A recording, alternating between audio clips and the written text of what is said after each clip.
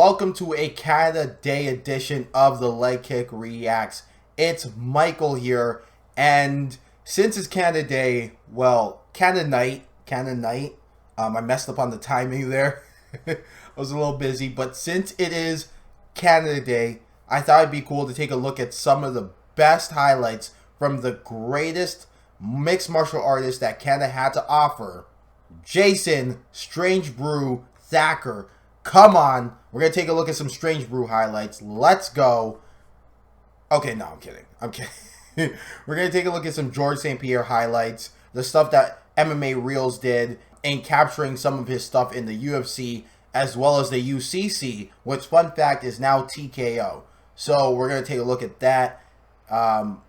Knowing George St-Pierre, just a backstory, knowing George St-Pierre, not personally, but just knowing his stuff during this time was probably underappreciated for the greatness that he had, because I think we can all agree that he's probably the consensus greatest of all time now.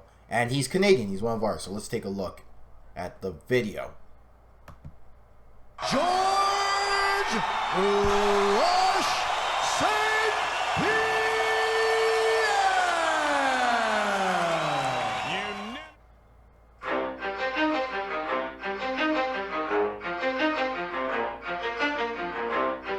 You ready? Let's go! Yeah! For those of you that want to know... Okay, I'm going to stop it there only because I realized that a lot of people who are newer to MMA don't realize the striker that George St-Pierre was. This is a guy who was a karate black belt. He's a guy who trained Muay Thai extensively.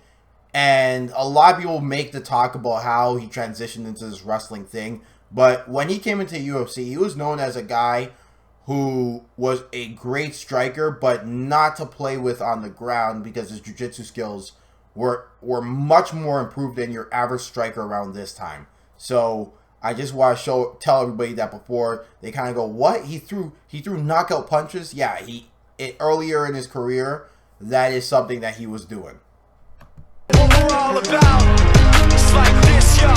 This is 10% luck, 20% skill, 15% concentrated power of will, 5% pleasure, 50% pain, and 100% reason to remember the name. He doesn't need his name up in lights, he just wants to be heard, whether it's the beat of the mic. He feels so unlike everybody else, alone, in spite of the fact that some people still think that they know him, but fuck him, he knows the code. It's not about the salary, it's all about reality and making some noise, making a story, making sure his click stays up. That means when he puts it down, Tox picking it up. Let's go. Who the hell is he anyway? He never really talks much, never concerned with status, but still even him starstruck. Humble through opportunities given despite the fact that many misjudge him cause he makes a living from writing raps. Put it together himself, now the picture connects, never asking for someone's help or to get some respect. He's only focused on what he wrote, his will is beyond reach, and now it all... Oh, that was versus John Fitch. I'm going to end it there. Not end it. I'm going to stop it there. Two reasons. One, I want to get some water in, and it looks weird. The other is because John Fitch is probably his first ballot Hall of Famer. If there was an MMA Hall of Fame, not a UFC Hall of Fame. But he got absolutely mangled in this fight versus George St-Pierre, and I just kind of wanted to outline that. It wasn't even close. Go watch that fight, and John Fitch absolutely got it. It wasn't even close. So it just took me back to remember that was crazy. Also, how you guys like this song choice that MMA Reels put in? This is so generic mid-2000s MMA. I know it was created in 2012, but it was always this counterculture kind of music. So you kind of got Linkin Park. By the way, the song is Remember the Name by Fort Minor. Just in case anyone gets at me in the comment section because they didn't watch the full video. I know the song is by Fort Minor. It's not by Linkin Park, but I'm just saying a lot of reels had Linkin Park. But sometimes there was a lot of metal, emo music. You know, very rarely you're going to see like pop or hip hop be the songs for highlight reels in these. So it's hilarious. Anyway. Unfolds the skill of an artist. This is 20% skill, 80% beer, be 100% clear, cause Ryu was ill. Who would've thought he'd be the one that set the West in flames? And I heard him wreck it with the crystal method, name of the game.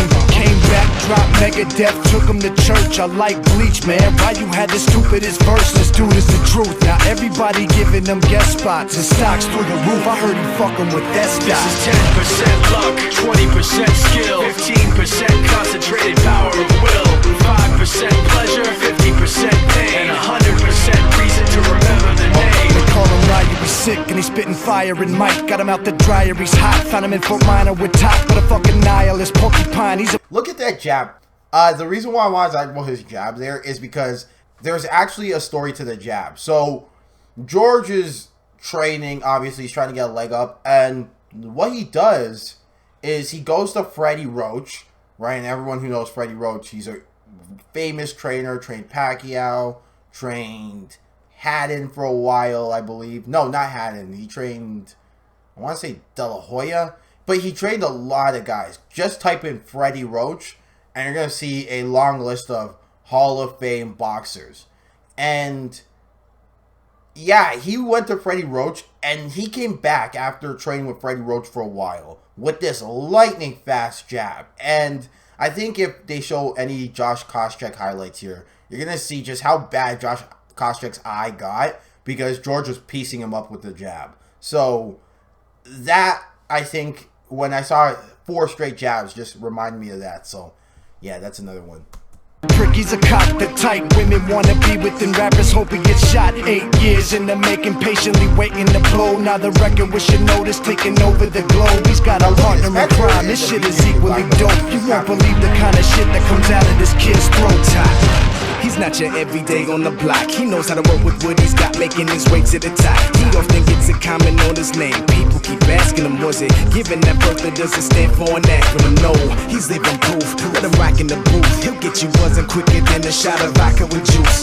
Him and his crew are known around as one of the best, dedicated to what they do and give 100%.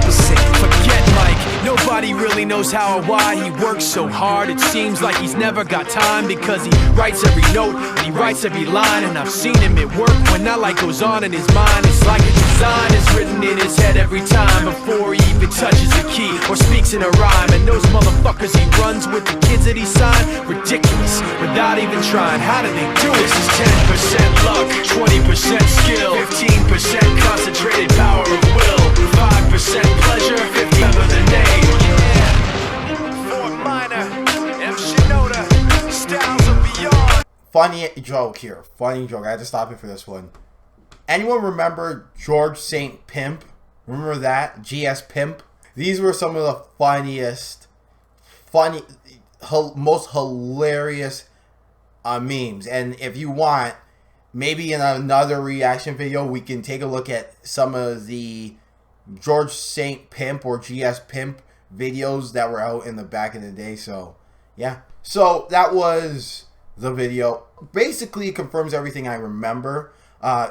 You know, lightning fast jab after working with Freddie Roach. Good on the ground with his jiu-jitsu.